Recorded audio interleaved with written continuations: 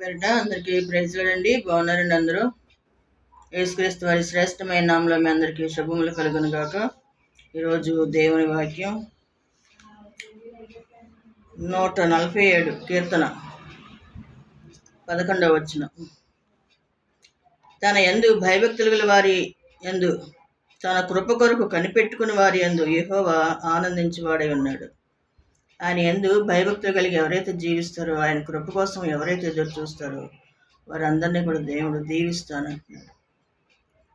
ఈ లోకం వైపు చూడకుండా దేవుని వైపు చూసినప్పుడు ఆయన సహాయం చేసే దేవుడు. ఆయన గొప్పవాడు, మన ప్రభువు గొప్పవాడు, అధిక శక్తి సంపన్నుడు. ఆయన జ్ఞానమునకు మితి లేదు. యెహోవా దీనులను పైకెత్తువాడు, భక్తిహీనులను ఆయన నేలను కూల్చును. కృతజ్ఞతాస్తుతులతో యెహోవాను కీర్తించుడి, సితారాతో మన దేవుని కీర్తించుడి.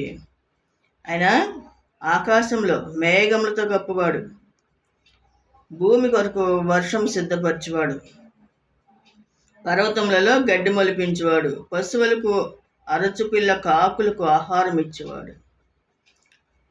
దేవుడు అంత గొప్పవాడు, శక్తిమంతుడు అనమాట. సమస్తము కూడా మనుషులకు, జంతువులకు, పక్షులకు కావాల్సిన సమస్తము కూడా సృష్టించాడు. ఎవ్వరు సృష్టించలేదు.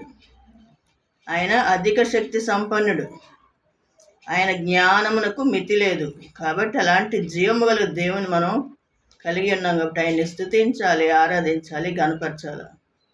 మనుషులకు కావాల్సిన సమస్తము, కూరగాయలు, కూర మొక్కలు అన్నీ సృష్టించాడు. పశువులకు కావాల్సిన గడ్డి, మనుషులకు పొలాలకు కావాలి కదా వర్షం, ఒకటేంటి అన్నీ సృష్టించాడు ఆయన. అలాంటి జీవం కలిగిన దేవుణ్ణి మీరు తెలుసుకోవాలి. కొంతమందికి తెలియట్లేదు. వాటికి అవే సృష్టించబడ్డాయి అంటారు. వాటికి అవే ఎలా సృష్టించబడతాయి? ఒక బుక్ ఉంది, అది ఎవరైనా ముద్రిస్తేనే కదా సృష్టించబడతాయి. అదేవిధంగా లోకమంతటిని దేవుడు సృష్టించాడు కాబట్టి అది తయారైంది.